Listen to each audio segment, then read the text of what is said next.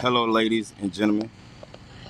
This is the mighty Mississippi River that runs through my hometown, Vicksburg, Mississippi. You have some construction workers. If I'm saying their occupation wrong, feel free to correct me. Well, they're extending the letdown ramp for the boats. This was just done